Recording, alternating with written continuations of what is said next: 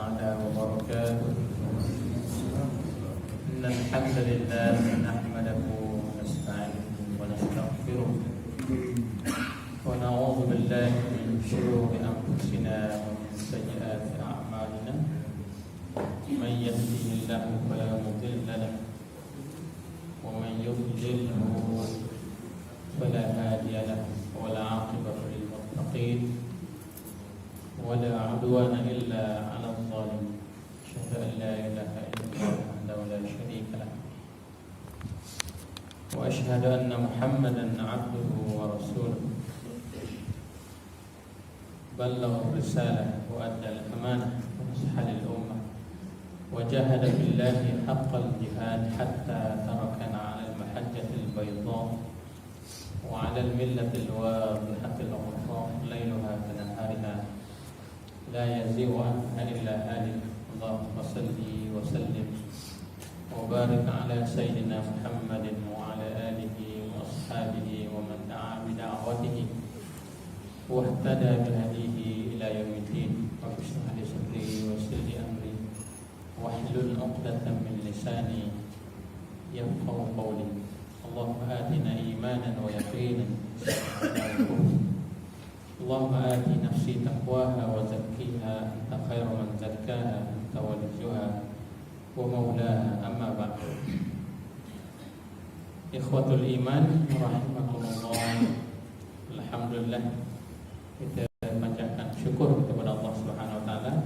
Kita bersama pada pagi ini untuk kita mendengar sedikit tazkirah untuk kita berbagi kehidupan kita. Mudah-mudahan kehidupan kita yang ke depan akan lebih baik daripada hari semalam. Dan hari ini merupakan hari kelahiran Nabi kita Muhammad sallallahu alaihi wasallam. Sudah 1441 tahun Rasul kita telah meninggalkan kita. Tapi ajarannya masih atau sentiasa segar dalam kehidupan kita. Walaupun kita tak pernah tengok dia. Inilah kelebihan kita umat akhir zaman. Tak pernah jumpa Nabi, tak pernah tengok Nabi. Boleh ikut Nabi. Itulah mukjizat besar. Mukjizat besar yang Nabi boleh kenal umat dia akhir zaman pada hari akhirat nanti dengan tandanya pada muka dia. Simahum fi wujuhihim min asaris sujud. Muka dia bercahaya, tanda-tanda sujud, tanda-tanda wudu. Kita kekalkan itu. Kita tak nak jumpa Nabi, kita tak kenal Nabi, tak pernah jumpa, kita tak kenal sifat-sifat dia, kita baca sirah dia, tapi kita tak pernah jumpa dia. InsyaAllah ikut dia, baca Quran yang Allah turunkan kepada dia untuk umat dia, Al-Quran, hadis dia yang dia telah sabdakan, yang dia telah dia cakap, ditulis oleh al-ulama al-mukhlasin, ulama-ulama kita yang ikhlas. Ditulis yang ikhlas. Contohnya Imam Bukhari, dia nak tulis hadis Nabi kita sallallahu alaihi wasallam. Dia akan solat sunat setiap kali dia nak tulis hadisnya. Bayangkan. Sebab itulah al-ashah al-hadis ba'da al-Quran ialah Bukhari Muslim. Nak tulis hadis. Begitu telitinya supaya hadis sampai kepada kita. Dan di satu dia ada ilmu-ilmu yang dipanggil ilmu rijal, ilmu yang mengenal pasti pembawa hadis Nabi. Bukan terima sebarangan. Bukan orang bawa je terima, tak. Diterima, diteliti sifat-sifat dia supaya hadis tu benar-benar hadis yang disandarkan kepada Nabi kita sallallahu alaihi wasallam. Sebab siapa yang sandarkan kepada Nabi sesuatu yang Nabi tak katakan, maka tersedia tempatnya di syurga. Nabi telah sebut, man kadzaba alayya muta'ammidan falyatabawwa maq'adahu minan nar. Kalau kita cakap benda yang Nabi tak katakan, kita kata Nabi kata, maknanya kita telah menyediakan diri kita tempat di neraka. Itu takut, maknanya pastikan Sebab itulah sebelum Nabi kita wafat, Nabi tak benarkan ditulis hadis-hadis dia. Yang ditulisnya ialah Al-Quran pun Nabi tak bagi tulis. Ditulisnya pada zaman sahabat Ridwan Ali. Sahabat tengok berlakunya peperangan, meninggalnya ramai daripada hufaz. Akhirnya ditulis oleh sahabat. Takut-takut nanti kalau tak ada hafaz, kalau tidak ditulis, Al-Quran tu tidak ada lah. Di zaman kita ni Al-Quran banyak, tapi tersusun elok di masjid, di rumah, tidak dibaca. Dan Quran tersusun elok. Kadang-kadang kita bukanya ialah bulan Ramadan ataupun malam-malam Jumaat. Dan lain-lain kita tidak buka Al-Quran yang Allah turunkan kepada Nabi. Nabi tinggal kepada kita itu je. Taraktu fikum amran ma intamassaktum bihima lam tadillu ba'di abada, kitab Allah wa sunnat Rasul. Nabi kata aku tinggalkan dua saja. Pusaka dia tak tinggal benda lain. Nabi tak tinggal harta, Nabi tak tinggal yang lain. Dia tinggal kepada kita Quran dan Sunnah. Siapa yang berpegang kepada dua-duanya, maka kita tidak akan lari daripada landasan yang telah digariskan oleh Nabi kita sallallahu alaihi wasallam. Tidak akan melencong daripada jalan yang telah dibawa oleh Nabi kita sallallahu alaihi wasallam. Dan Allah sebut dalam Al-Quran, a'udzubillahi minasyaitonir rajim. Nabi kata, Allah perintahkan supaya Nabi baca, qul hadhihi sabili ad'u ila Allah ala basiratin ana wa man ittaba'ani. Ana wa man ittaba'ani. Nabi suruh kita baca juga. Allah suruh Nabi baca dan Nabi suruh kita baca. Qul, katakanlah ya Muhammad, hazihi sabili. Nabi kata inilah jalanku. Jalan itu satu, lurus jalan itu. Ad'u ila Allah, saya mengajak kamu kepada Allah. Ana wa man ittaba'ani, dan saya dan siapa-siapa yang ikut saya. Dan saya dan siapa-siapa yang ikut saya. Di sana ada kata Nabi kata apa? Wala tattabi'us subul. Di tengah-tengah jalan lurus tu dia ada banyak cabang-cabang dia, banyak simpang-simpangnya. Nabi kata wala tattabi'u, jangan kita ikut jalan itu. Wala tattabi'us subul fatafarraqa bikum. Nah, kita akan berpecah. Kita berpecah hari ini salah satu faktornya syaitan lah. Yang keduanya kerana kita lari daripada garis yang Nabi bawa. Selama mana kita berada di atas garis yang Nabi bawa, insya-Allah kita akan jadi ummatan wahidatan, ummatan wasata, umat yang satu, umat yang pertengahan, umat yang sederhana. Umat yang satu ni, umat yang sederhana ialah ummatan wasata, ummatan wahidah. Dan Allah bersebut kepada kita, kalau Allah nak, Allah akan jadi kita ni satu. Dan Allah boleh buat kita jadi satu. Tapi Allah jadikan takdir dia supaya kita boleh pilih. Dan sebab itulah Allah berikan kepada kita kebebasan memilih. Hidup kita ni manusia, Allah bagi pilih. Dia boleh pilih apa yang dia nak, maka dia lah akan tangguh apa yang dia pilih kan? Kita pilih. Macam kita nak buat apa-apa, kita boleh pilih. Kita nak makan, kita pilih. Kita nak buat apa-apa, Allah beri keistimewaan kepada manusia ni, dia boleh pilih. Maka sebab itulah Allah terangkan kepada kita, di sana ada dua jalan, di sana ada jalan-jalan yang simpang. Maka sebab itulah Allah kurniakan kepada manusia akal.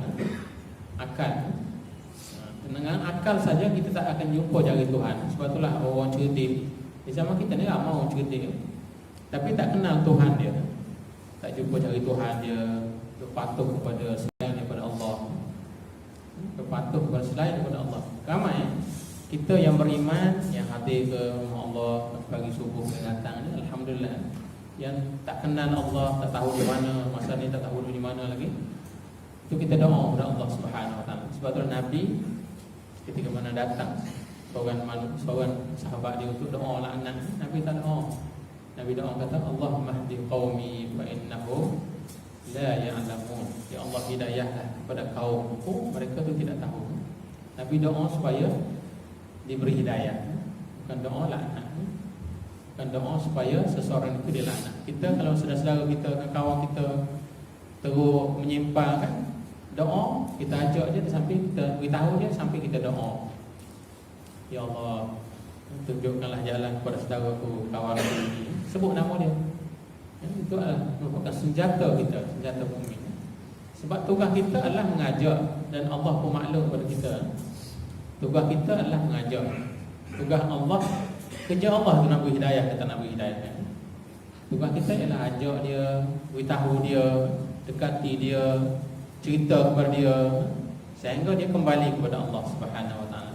Itulah yang misi yang Allah Subhanahu Wa Taala hantar Nabi. Sebagaimana Allah sebut dalam Al-Quran, A'udzubillahi minasyaitonir rajim. Allah sebutkan kepada kita misi dia, innama bu'istu, sesungguhnya aku bangkitkan kamu ni pertama sekali untuk menyempurnakan akhlak. Dan Allah sebutkan kita untuk sempurna akhlak. Dan Allah hantar kepada kita Nabi yang banyak kali saya sebut kan. Allah sebutkan kepada kita ani'budullah wajtanibut taghut.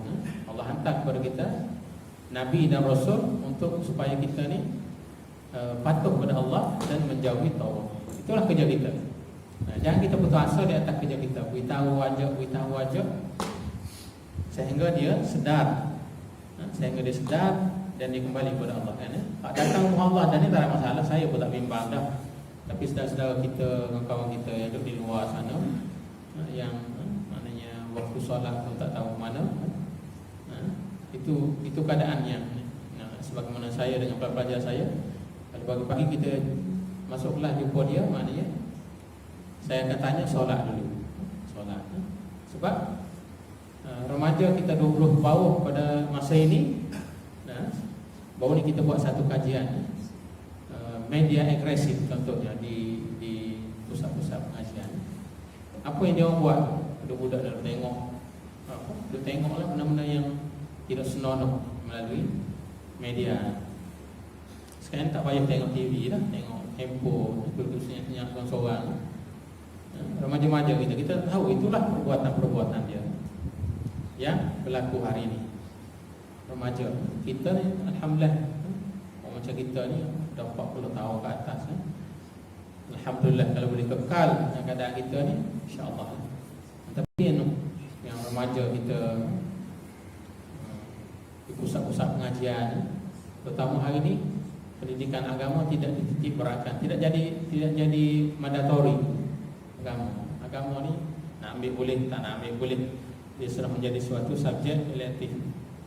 Kita nanti baru nak kerja, tidak tengok agama kan, dia tengoknya matematik, dia tengoknya bahasa Inggeris, dia tengoknya kalau dia doktor tengok biologi, fizik, kimia, dia tak tengok agama. Agama tak lalu pun tak apa, asal-asal ada, tak ada pun tak ada apa kan. Mana ada tu seperti tak ada, sama je, tidak dititik beratkan. Jadi itulah lahirnya dinasti hari ini. Yang daripada kita tak hafal Quran, tak baca Quran, tak hafal tu tak apa, tak baca. Kalau baca dan boleh hafal, lagilah bagus. Cuma mana kita nak dekatkan diri kita, dan suasana sekarang ni orang lebih mementingkan urusan kehidupan dunia kan. Sedangkan Allah sebutkan kepada kita walal akhiratu khairul laka minal ula. Akhirat itu lebih baik daripada dunia ni. Sebab akhirat bekal. Dunia ni sementara. Dunia ni sementara saja. Kita terkubur, yang kita rencana tu dunia ni dunia yang sementara kan. Sebenarnya dengan hari kelahiran Nabi ini, saya nak sebut sedikit misi risalah pada ujung tu. Saya akan cerita satu hadis ni. Misi yang Allah Subhanahu Wa Taala nak kita buat. Nabi dah tak ada ini. Nabi tidak lagi berada di antara kita. Tidak lagi membaca ayat-ayat Quran. Ayat Quran itu sudah sempurna diturunkan oleh Allah, dan hadis-hadis Nabi pun sudah tidak ada lagi. Yang ada adalah tak ada lagi hadis baru. Tak ada lagi hadis baru yang diriwayatkan daripada Nabi kita sallallahu alaihi wasallam. Yang ada hadis-hadis yang telah diriwayatkan sudah cukupi. Saya telah cukup tu. Allah Subhanahu Wa Taala tutupkan risalah Nabi kita dengan sempurna kan. Sebagaimana Allah sebut dalam Al-Quran, a'udzubillahi minasyaitonir rajim, al-yauma akmaltu lakum. Al-yaum, Pada hari ini kata Allah, Nabi baca, al-yauma akmaltu lakum dinakum. Hari ini aku telah sempurnakan kepada kamu agama kamu. Al-yauma akmaltu lakum dinakum wa atmamtu alaikum ni'mati, dan aku telah sempurnakan segala nikmat-nikmat aku kepadamu. Wa raditu lakum al-Islam Madinah, dan aku redakan Islam itu sebagai agama. Sebab itu kita kena baca zikir pagi-pagi. Kita kena sebut zikir itu kalau boleh, raditu billahi rabban wa bil Islam dinan wa bi Muhammadin nabiyyan wa rasulan. Raditu billahi rabban wa bil Islam dinan wa bi Muhammadin nabiyyan wa rasulan. 3 kali kalau boleh. Zikir itu pagi-pagi, pagi ke petang, sebelum kita tutup tirai hari itu, petang tu kita baca balik. Selepas asar, selepas maghrib, pagi selepas subuh, petang selepas asar, 3 kali. Raditu billahi rabban wa bil Islam dinan wa bi Muhammadin nabiyyan wa rasulan. Ikrarkan dalam diri kita bahawa itulah kita kena redha agama kita. Orang lain tak ikut tak apa, tugas kita ajak. Sehingga bukan saja zaman kita Nabi disebutkan kepala anbiya, bukan saja pengikut dia, bukan saja umat dia, anak dia pun tak ikut dia kan. Maka tidak peliklah kalau zaman kita terjadi macam itu. Kalau boleh kita minta elok kan, Allah peliharakan kita. Nabi Nuh katakan, Nabi Lut, Allah beritahu kepada kita tidak mengikut. Dan Nabi itu anak dia pun tak ikut dia kan, tak ikut dia, ditakdirkan Allah macam tu. Nak beritahu kepada kita bahawa tugas kita hanyalah aja. Nabi kita sallallahu alaihi wasallam, pak saudara dia. Dan sedih Nabi kan? Tak sedih. Contohnya hari ni, pak saudara dia disebut oleh Allah dalam Quran. Surah Al-Lahab. Hari-hari kita baca. Tabbat yada abi lahabin. Mana pak saudara dia? Allah cerita perangai dia kan. Tabbat yada abi lahabin wa tabba ma aghna anhu maluhu wa ma kasab sayasla naran zatal lahabin wa imra'atuh. Mana siapa isteri dia pun Allah cerita perangai dia kan, yang selalu duduk halang Nabi, duduk sekat Nabi. Pak saudara dia, orang yang paling gembira ketika mana lahirnya Nabi, dan orang yang paling utama ataupun mula-mula menentang Nabi ketika mana Nabi ajak. Pak saudara dia paling gembira ketika mana lahir Nabi, suka saudara lahir. Tapi orang yang paling pertama menentang Nabi ketika mana Nabi kumpulkan sahabat keluarga dia duduk di sebuah bukit kan. Nabi sebut, Nabi kata, "Lau qultu lakum, lau akhbartukum." Kalau aku ceritakan kepada kamu, kata Nabi, "Anna wara'akum khair." Di belakang sana ada bala tentera berkuda yang akan menyerang kamu. Akuntum musaddiqin. Adakah kamu mempercayainya? Saat ini keluarga dia jawab, qalu bala. Ya, kami percayainya. Lalu Nabi baca, "Inni Rasulullah ilaikum." Ketika mana Nabi sebut ayat tu, Nabi kata, aku ni adalah utusan Allah yang Allah hantar kepada semua kita, kepada keluarga dan semua kita, kepada semua. Maka yang mula-mula sekali menyahut Abu Lahab. Dia kata, tabba laka ya Muhammad, celaka Muhammad, alihaza jama'tana. Adakah kerana ini kamu kumpul kami? Kerana nak beritahu ni kan kamu kumpul kami? Allah betul terus ayat itu kan.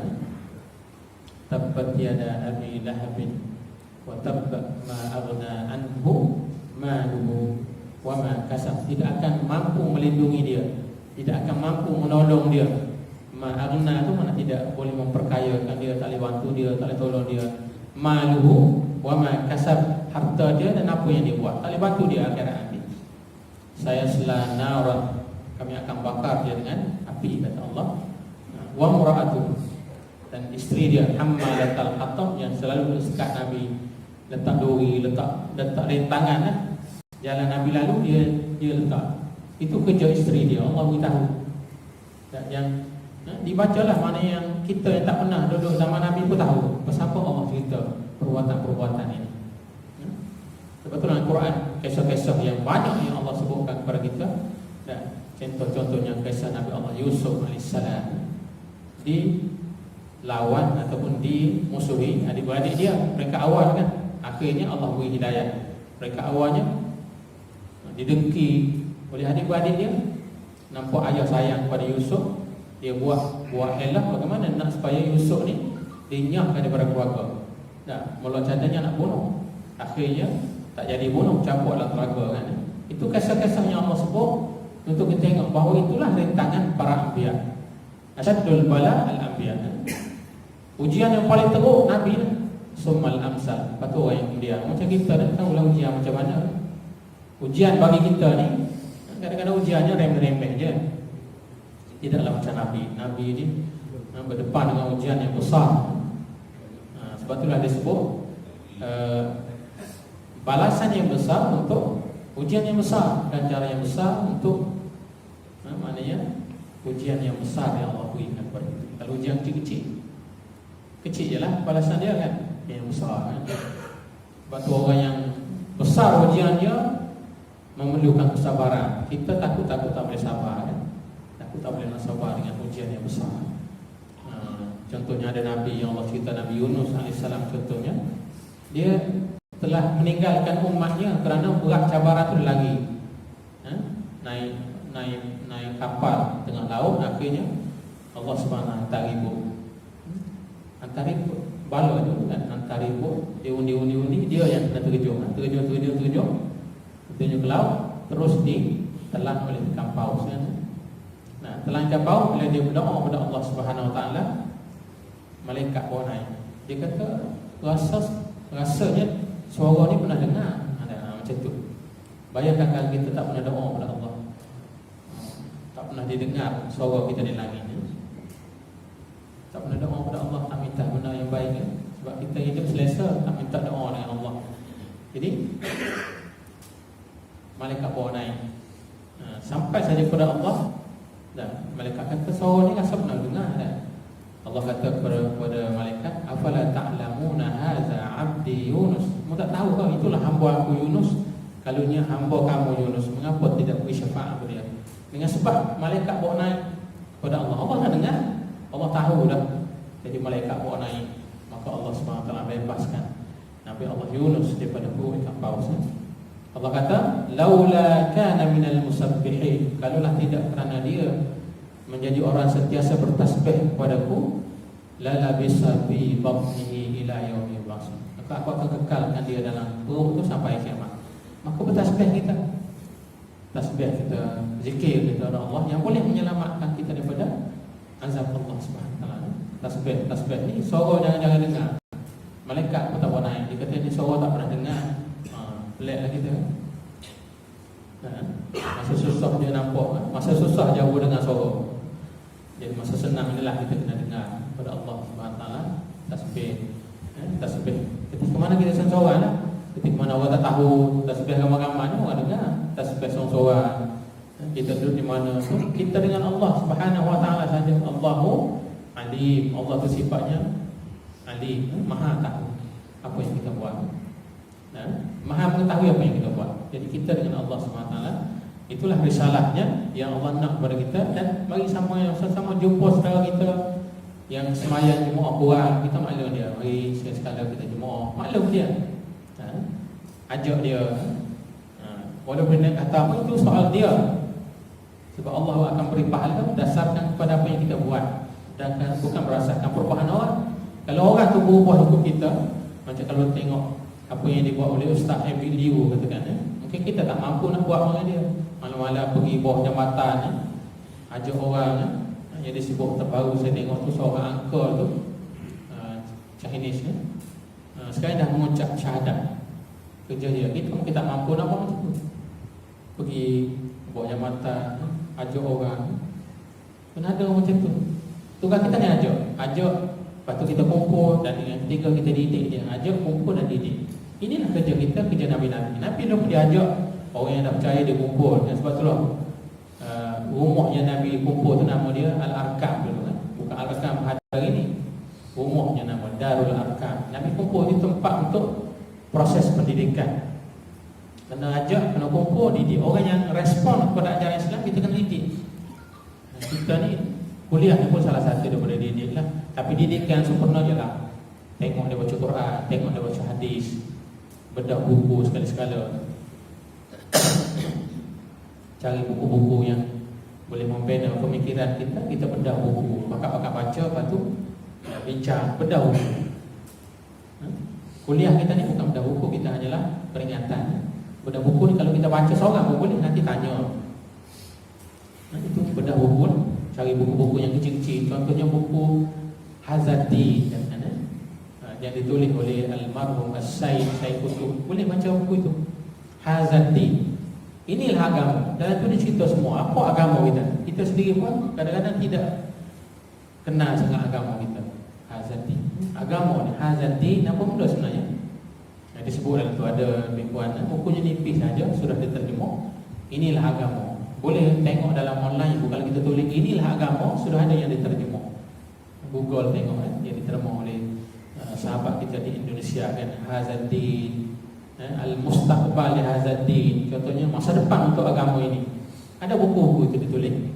Lama sudah ditulis. Baca kan. Sebelum itu saya putuskan tulis buku pertama, Ma'alim fit Thariq, petunjuk sepanjang jalan. Maksudnya jalan ni kita kena ada petunjuk. Kalau tidak sesat kita kan. Kita nak pergi katakan satu tempat, kita nak jalan tempat yang kita tak pernah pergi, kita kena ada petunjuk. Petunjuk kita ini sudah ada mudah way. Dah ada way, ada map. Kalau dulu sekejap telefon, sekejap telefon kan, nak tanya. Sekarang tak payah tanya orang kan, sebab ada muka tu. Way tu kan. Tekan je dia tunjuk, masuk kiri, masuk kanan. Tak sesat kita kan. Walaupun masuk belakang rumah orang kadang-kadang tak sesat kita, sampai kan. Itu petunjuk dah. Kalau tak ada benda tu, mungkin duk pusing tak jumpa cari rumah belakang tu je. Tapi tak jumpa cari kan. Itu. Maknanya kita kena cari tu. Ma'alim fit Thariq, petunjuk sebagai jalan. Sepanjang jalan ni kena ada petunjuk, kita kena ada tanda-tanda. Kita berjalan jauh, dia ada tanda batu kan. 350 batu, 349, supaya kita rasa dekat. Macam kita berjalan nak pergi akhirat, tapi kita tak rasa tanda. Ada tanda umur kita kan. Sekarang ketika kalau kita dah 40, 50, tak lama dah tu. Tak lama mana? Tak lama nak berakhir lah. Saya minggu lepas, beberapa hari lepas, seminggu dah, mak saudara pergi kan. Hari pertama dia pergi klinik, doktor kata tak ada apa, balik lah. Esok sakit lagi pergi. Masuk sekejap je buat, terus dipanggil oleh Allah Subhanahu Wa Taala. Maknanya empedu apa? Batu karang dalam empedu pecah kan. Kalau nak buat apa? Merepot menikah kan? Itu sebab musabab. Maknanya umur baru 40 lebih. Mak saudara saya 40 lebih, adik pada mak, tapi adik pada mak lain lah. Adik mak saudara mak seayah. Adik-adik mak seayah, mak saudara saya lah. Dipanggil oleh Allah macam tu. 2 hari lepas mak sepupu. Nak ceritanya panggil oleh Allah. Kita kadang-kadang tak sedar bahawa kita sudah menghampiri titik tu kan. Titik kesudahan lah.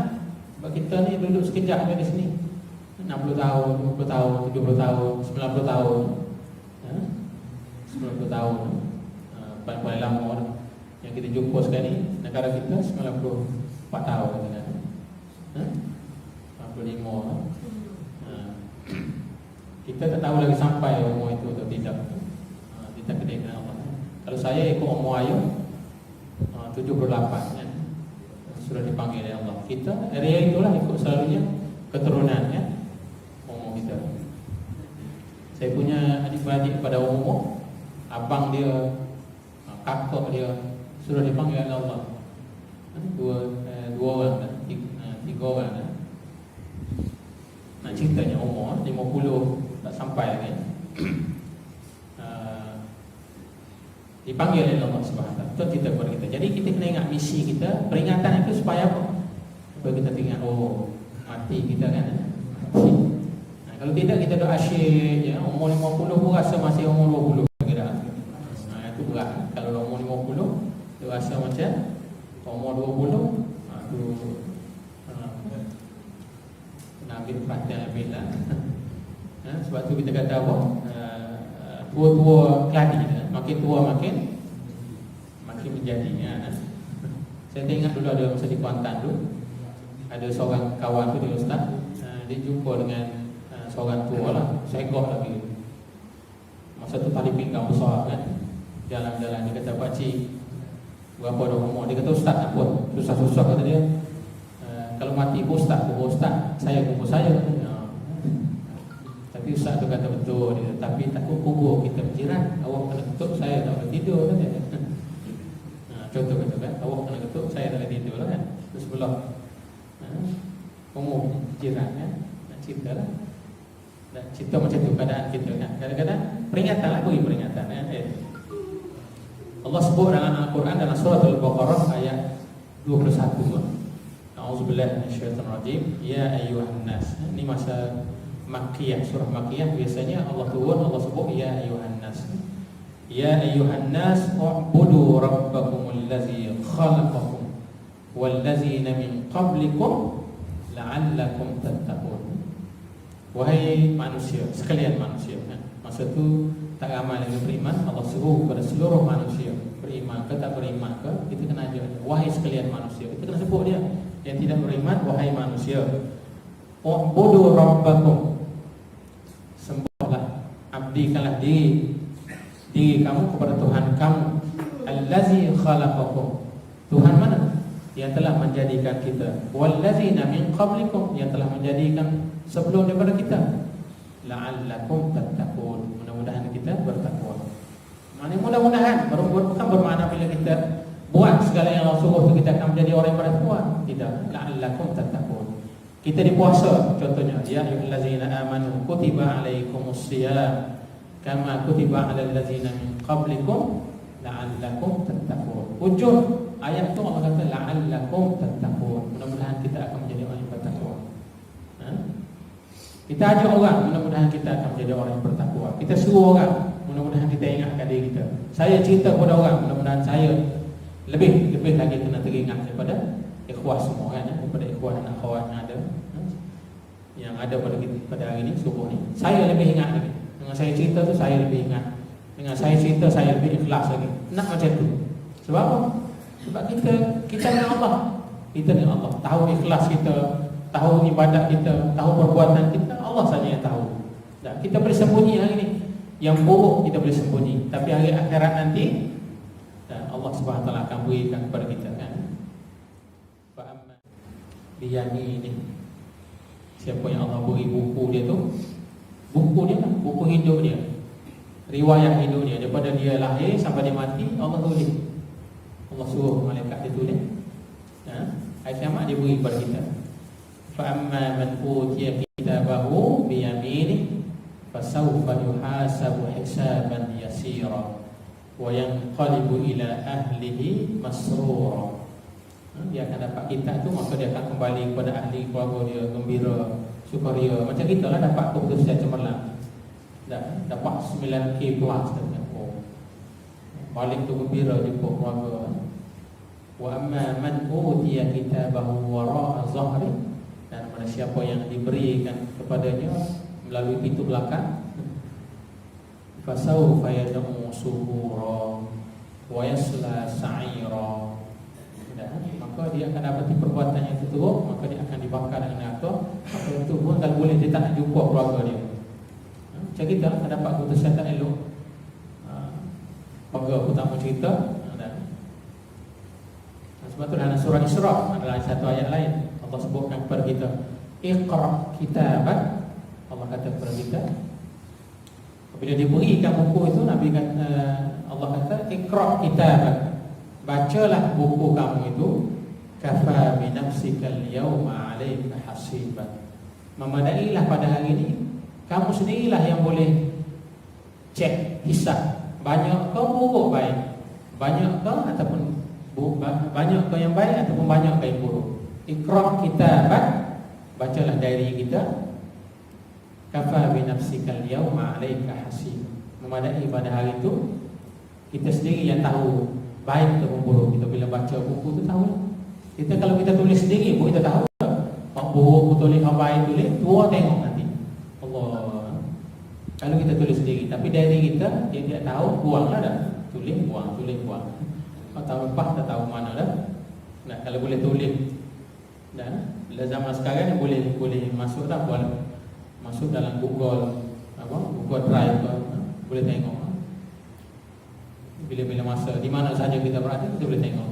Kalau tulis diary mungkin tertinggal tak dibaca, kalau ni boleh tulis dalam Google Drive. Google Calendar. Calendar. Google Calendar. Ada baru mat. Ada mak kata Google, saya pun tak tahu yang biasa tulisnya Google Drive kan. Jadi maklumat-maklumat simpan dalam Google Drive. Kata terlupa nak bawa, buka dalam Google tu free. Boleh tengok di mana saja kan. Maklumat yang terpenting kan, yang orang selalu tanya. Kita terlupa kan. Hari ni itu tak ada zaman dulu. Zaman kita ni ada benda-benda macam tu kan. Ada banyak perkara yang mudah memperingatkan kita. Contoh ingat waktu semayang, kita boleh masukkan dalam handphone contohnya dah. Awqat solat, sampai waktu dia azan. Sebelum waktu 5 minit dia akan beritahu, okey, 5 waktu lagi nak masuk azan. Kita pun ingat, boleh pergi ke rumah Allah. Dulu tak ada benda ni. Tak ada benda ni memberi peringatan. Dan ni banyak benda yang boleh membantu kita. Akhirnya kita ada komunikasi dengan benda ni. Tak. Ikhwatul iman rahimahullah. Jadi untuk akhir saya sebut tadi, kita cerita satu hadis Nabi. Nabi kata apa? Kullu mahmum al-qalb saduqul lisan. Ini yang cerita hadis yang terakhir yang Nabi sebut ni. Mahmum mim kha mim waw mim al-qalb. Saduqul lisan. Kita kalau boleh jadi orang macam ni, Nabi nak sebut kepada kita. Su'ila Rasulullah sallallahu alaihi wasallam.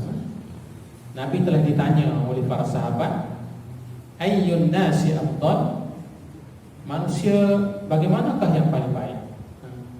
Banyak Nabi hadis ini Nabi ditanyalah, contohnya khairun nas. Nabi beritahu kepada kita khairun nas, sebaik-baik manusia. Nabi kata anfa'uhum linnas, yang kita telah baca dahulu. Sebaik-baik manusia ialah yang boleh memberi manfaat kepada orang lain. Kita biar hidup kita ni jangan menyusahkan orang, memberi manfaat kepada orang. Biar jadi macam tu. Kalau hidup kita cakap kita menyusahkan orang, kita baiki, tukar supaya tak ada kan. Kalau kita komen contohnya benda-benda yang boleh menyusahkan orang, tak payah komen. Komen kita kalau tengok dalam media, komen-komen kita komen yang membinasakan, tidak komen yang baik kan. Di sini ada Nabi katanya ayyun nasi afdal?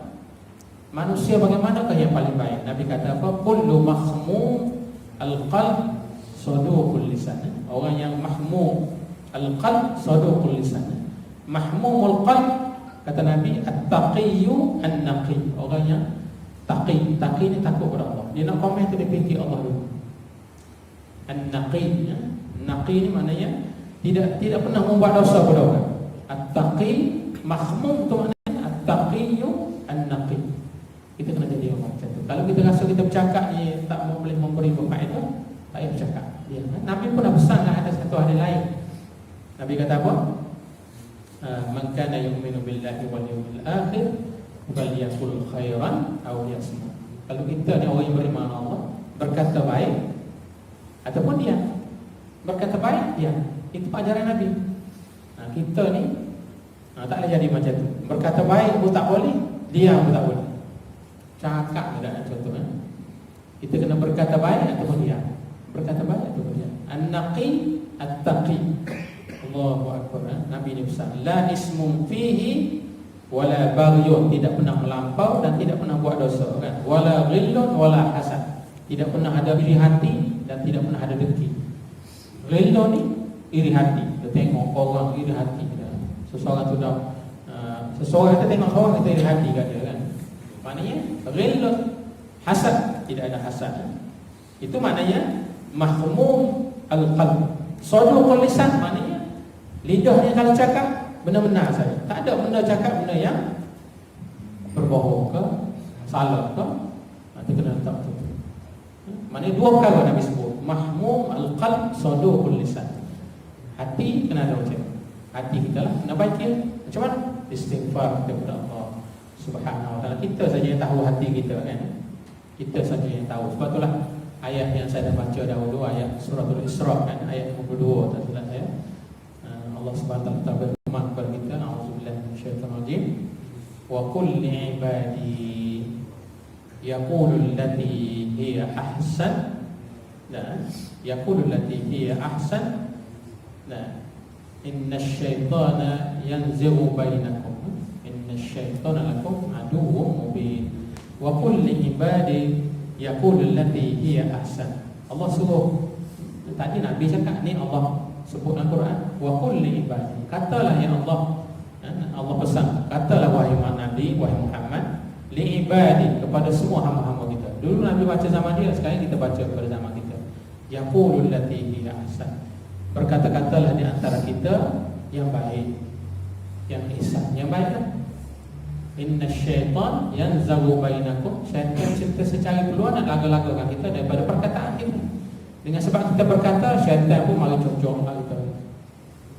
Inna syaitan lakum aduwwun mubin. Sesungguhnya syaitan itu musuh kita yang nyata. Nabi suruh kita berkata benar, Allah suruh kita berkata benar, berkata benar yang baik. Kerana itu ajaran yang Allah suruh kepada kita. Kalau kita rasa tak boleh nak berkata, diamlah. Tak boleh nak kata benar, tak boleh nak kata baik, tak boleh kata apa, diam. Kalau kita berkata yang boleh memberi kebaikan. Sebab itulah Nabi kita sallallahu alaihi wasallam, dia banyak diam kan? Orang tanya perkara, kalau dia rasa tak boleh jawab, dia diam. Dia tak nak jawab, Nabi tak nak jawab. Contohnya sahabat nak tanya macam-macam juga kepada Nabi.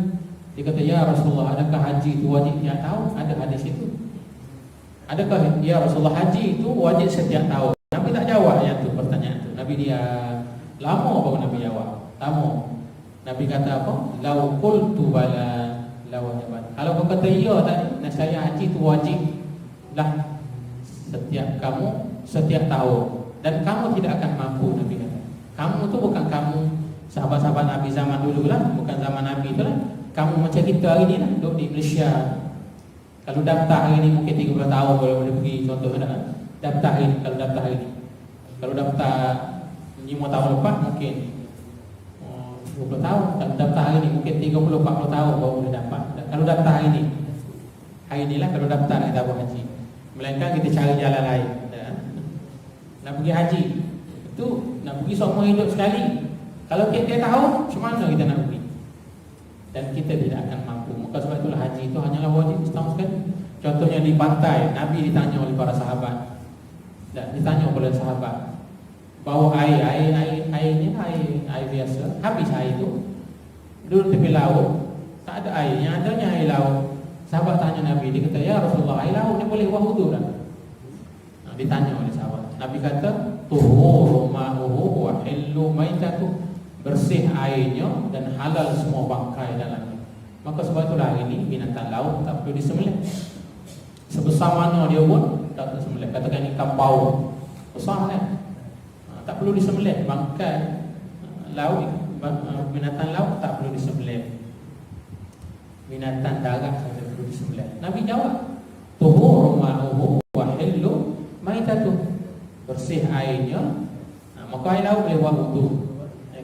Kalau kita pergi kat laut tak ada air, ambil air laut. Cuma air laut ni garam lah kan, boleh ambil wuduk dengan air laut. Bersih airnya dan halal semua bangkai di dalamnya. Nabi ajar kepada kita macam itu. Sunnah Nabi kita sallallahu alaihi wasallam ajar kita. Jadi kita kena bina diri kita dua perkara ini. Nabi kata harasa as-sahabah. Sahabat kita ni, sahabat Nabi kita sallallahu alaihi wasallam sangat-sangat mengambil berat dan menjaga ala ma'rifati afdhalin nas, untuk mengetahui siapakah manusia yang paling baik. Kita kadang-kadang tak pernah nak tanya untuk manusia macam mana nak jadi manusia yang paling baik. Sahabat dia sangat-sangat jaga, tanya Nabi macam mana nak jadi manusia yang paling baik. Allahu Akbar, itu berbeza kita dengan dia. Macam mana nak jadi orang yang terbaik di kalangan manusia? Nabi sebut dalam hadis ini, Nabi sebut mahmumul qalb, pertama sekali maknanya hati yang taqi, naqi, tidak ada hasad, tidak ada iri hati dan sebagainya. Itu yang pertama kan. Maknanya bukan saja nak tanya jadi manusia yang paling baik. Setengah-setengah soalan sahabat tanya kepada Nabi, Macam manakah amalan yang paling afdal? Ayyu amal afdal? Macam manakah amalan yang paling afdal? Bukan saja nak jadi manusia yang paling baik. Bagaimana nak jadi amalan yang paling baik? Bukan saja manusia yang paling baik, tapi amalan yang paling baik. Sahabat tanya Nabi.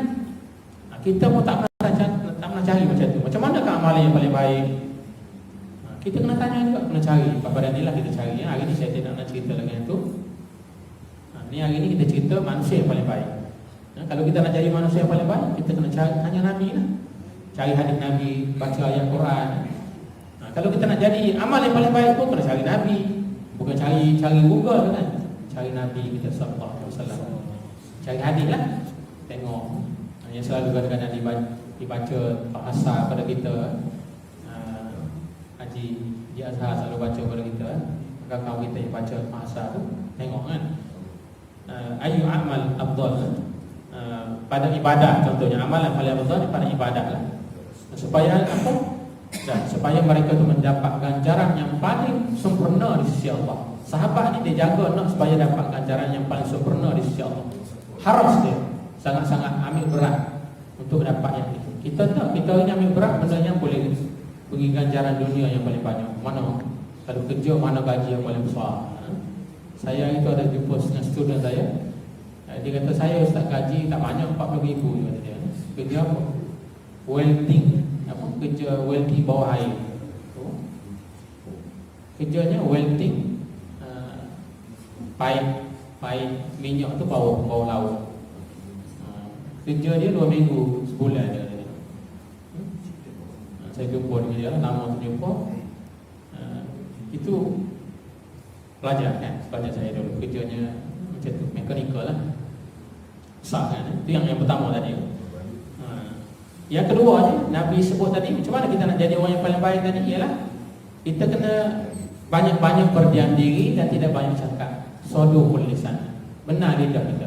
Kalau cakap terkeluar daripada mulut kita, ialah cakap yang baik dan benar saja. Jangan keluar daripada mulut kita cakap-cakap yang mengutuk, mencela, dan yang seumpama dengan dia lah. Jangan nak keluar daripada mulut kita. Mulai hari ini kita belajar macam tu. Kalau kita rasa bercakap tak beri faedah, jangan cakap. Di pasar ke, di mana ke, di kedai kopi ke, kita ni suka bercakap kan. Di media massa ke, jangan komen. Kalau kita rasa komen kita tidak boleh memberi manfaat. Komen kalau boleh memberi cadangan yang baik, banner yang baik kan. Komen, kalau tidak jangan. Sebab saya duk pukul tengok media kadang-kadang. Sebab tu saya kalau WhatsApp kadang-kadang, dia kata, ustaz tak baca WhatsApp? Saya tak baca. Saya buka scroll pagi tu, malam pukul 9 saya tinggal lah. Pagi tu baru buka, scroll sekali, lepas tu tekan ke dia habis tak ada. Saya tanya, ustaz tak baca? Kalau hantar ramai-ramai dalam grup tu memang saya tak baca. Kalau dia penting di atas sorang kan, atas sendiri yang saya tengok lah. Kalau hantar ramai-ramai, kadang-kadang dah lepas naik ke atas dah. Tak ada. Sebab tidak memberi pahala membaca dia lah. Baik baca Quran kan. Sebab tu saya kalau naik kereta je, saya cocok pen drive tu dekat radio tu kan, ikutlah baca kan. Setengah jam atau sejam ke, lebih tenteram hati kita dengan kita baca Quran bersama dengan qari tu. Tak sempat nak baca di rumah, ikut qari baca kan. Ikut, kita pilihlah qari mana kita nak dengar. Dan ni banyak suara-suara tu lah sudah di-upload kan. Suara macam-macam suara boleh pilih. Kita boleh buka dalam Google tu, type qari saja, dia boleh buka, ada berpuluh. Saya tengok tu ada puluh bahkan ratus qari-qari yang suara siapa kita pilih boleh. Suara saya paling gemar Mahmud Khalil Qusari sebab jelas bacaan dia kan. Ataupun saya dengar sekarang ni Sa'ad Al-Ghamidi, suara yang jelas begitu. Ada Masyari pun okey. Pilih suara-suara tu, cari yang 30 juzuk, cocok kan. Radio, tak ada dengarlah radio-radio yang lain, dengar radio tu, radio Quran. InsyaAllah kita pun akan jadi lebih baik. Ataupun cari hadis ke, cocok hadis, dengar baca hadis, lebih mendapat pahala daripada kita tidak mendapat apa-apa kan. Duk baca, duk alim, duk asyik baca ni, tak dapat apa pun kan. Ini merupakan, kalau nak hafal Quran, ini merupakan musuh paling utama. Musuh utama sebenarnya. Saya tengok apa tu yang Ahmad dan Kamil tu, yang Indonesia, 2 orang budak tu hafal Quran. 10 juzuk yang pertama dia hafal 4 bulan. 10 juzuk yang kedua sebulan. Sebulan. Sebulan tu kita lebih kurang saya lupa dah. Sekarang hafiz Quran, dah jadi guru Quran. Kalau kita nak tanya dia, tanya ayat ni, kita tak payah cari Google dah. Tanya dia ayat berapa, surah berapa, muka surat berapa, dia boleh cerita. Ayat berapa, surah apa, muka surat berapa. Allahu Akbar. Kita kalau orang baca satu ayat tanya kita, kadang-kadang tak pernah dengar dah. Tak pernah dengar buah ayat tu. Itu tandanya apa? Ada tanda lah kan? Tanda Quran dekat kita. Kita kena tengok macam tu. Jadi sekali tu saya nak sebut ini, kita kena jaga dua perkara. Last tadi mahmum al-qalb, saduqul lisan. Letak di kita ni biar jadi kita orang yang mahmum al-qalb. Mahmum qalb tu hati yang bertakwa kepada Allah, tidak ada iri hati, tidak ada dengki, sentiasa doa kebaikan kepada orang. Saduqul lisan, lidah yang bercakap benar. Cakap daripada kita tu yang baik, tak keluar daripada lidah kita yang baik. Orang tak dengar daripada kita, daripada seseorang tu dia cakap yang buruk. Biar kalau boleh orang tak dengar daripada kita, kalau dengar daripada dia mesti yang baik. Jadi kita itu menjadi afdhalun nas. Itulah baru jadi kita sebaik-baik manusia di sisi Allah Subhanahu wa taala. Wallahu a'lam.